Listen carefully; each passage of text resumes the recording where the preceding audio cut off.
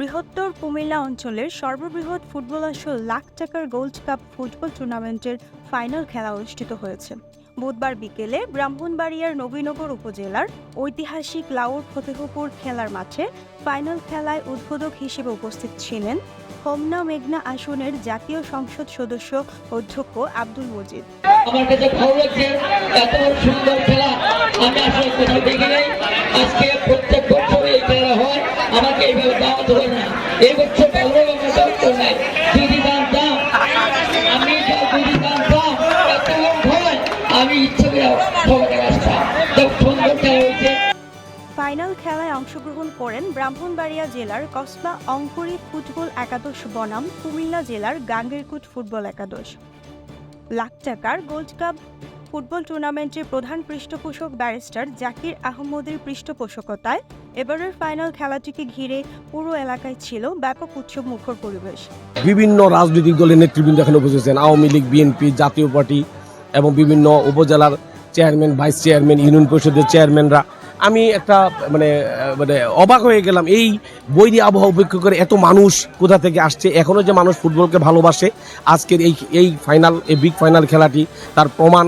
তো আমি সবাইকে অনুরোধ করব, খেলাধুলার প্রতি আমাদের যুব সমাজকে অগ্রগামী করে রাখতে হবে। এদিকে ফাইনাল খেলাটিকে ঘিরে ব্রাহ্মণবাড়িয়া সহ পার্শ্ববর্তী কুমিল্লার ক্রীড়াপ্রেমী দর্শকদের মাঝেও ছিল বাড়তি উন্মাদনা, যার ফলে বৈরী আবহাওয়ার মধ্যেও খেলা শুরু নির্ধারিত সময়ের পূর্বেই প্রায় লক্ষাধিক দর্শকের উপস্থিতিতে মাঠের চারপাশ কানায় কানায় পূর্ণ হয়ে ওঠে।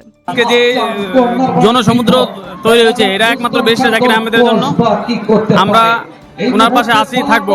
বৈরী আবহাওয়ার মধ্যে যে ফাইনাল খেলাটি অনুষ্ঠিত হতে যাচ্ছে, এই আবহাওয়ার ভিতরে সুন্দর সুশৃঙ্খলভাবে হাজার হাজার দর্শক উপস্থিতি এবং এই খেলাটা চলমান থাকবে ইনশাল্লাহ। টুর্নামেন্টের প্রধান পৃষ্ঠপোষক আলহাজ ব্যারিস্টার জাকির আহমেদ যেভাবে মাদকের বিরুদ্ধে খেলার মাধ্যমে যুবকদেরকে মাঠে ফিরিয়ে আনার চেষ্টা করেছে, আসলে তাকে অসংখ্য ধন্যবাদ। এ সময় গাছে ঝুলে বিল্ডিংয়ের ছাদে বসেও বহু দর্শকদের খেলা উপভোগ করতে দেখা গেছে। অত্র টুর্নামেন্টের সভাপতি ও সাবেক কৃতি ফুটবলার ফরহাদ হোসেনের সভাপতিত্বে এ সময় প্রধান অতিথি হিসেবে উপস্থিত ছিলেন কুমিল্লা ৩ মুরাদনগর আসনের জাতীয় সংসদ সদস্য জাহাঙ্গীর আলম সরকার।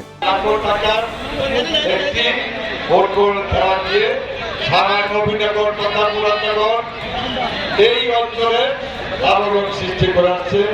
এই জন্য আমার পক্ষ থেকে আগামী দিনে জাকির অবশ্যই এই নবীনগরের নেতৃত্বে আসবেন, এই আশাবাদ ব্যক্ত করেন।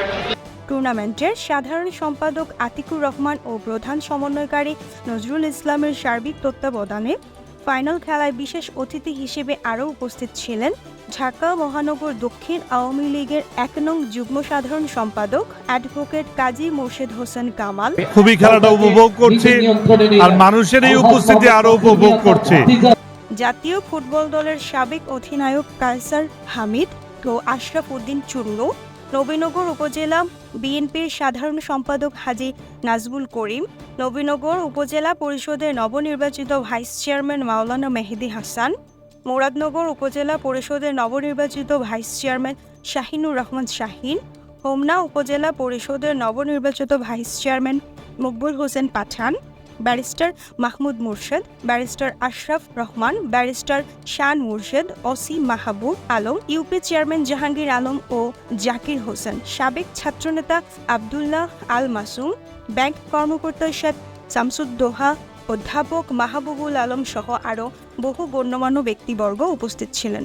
এ সময় উপস্থিত সকল অতিথিরা এত সুন্দর একটি বড় ফুটবল আসরের আয়োজন করায় টুর্নামেন্টের প্রধান পৃষ্ঠপোষক ব্যারিস্টার জাকির আহমদের ভূয়সী প্রশংসা করেন। তারা বলেন, যুব সমাজকে মাদক থেকে দূরে রাখতে এই ধরনের টুর্নামেন্ট গুরুত্বপূর্ণ ভূমিকা পালন করবে। তাই এই টুর্নামেন্টটিকে অব্যাহত রাখার জন্য ব্যারিস্টার জাকির আহমদ সহ আয়োজকদের প্রতি আহ্বান জানান। আমাদের এই এলাকার এই খেলা দিয়ে আমাদের এই যুব সমাজকে মাদক মুক্ত করতে চাই। ফাইনাল খেলায় ব্রাহ্মণবাড়িয়া জেলার কসবা অঙ্কুরি ফুটবল একাদশকে ২-০ গোলে হারিয়ে কুমিল্লা জেলার গাঙ্গেরকুট ফুটবল একাদশ জয়লাভ করে। খেলায় ধারাভাষ্য প্রদান করেন আসি বিপ্লব, রাশেদুল আল আমিন রাসেল, অ্যাডভোকেট শফিকুল ইসলাম আকাশ ও জিসান ইসলাম। খেলায় রেফারির দায়িত্ব পালন করেন বাফুফের স্বীকৃতিপ্রাপ্ত রেফারি আরিফুল হক মজুমদার, মিজানুর রহমান ও সাইফুল ইসলাম। খেলা শেষে উপস্থিত অতিথিরা দুই দলের টিম ম্যানেজার ও অধিনায়কের হাতে নগদ প্রাইজ মানি ও পুরস্কার তুলে দেন। কমল দেবনাথ, নবীনগরের আলো।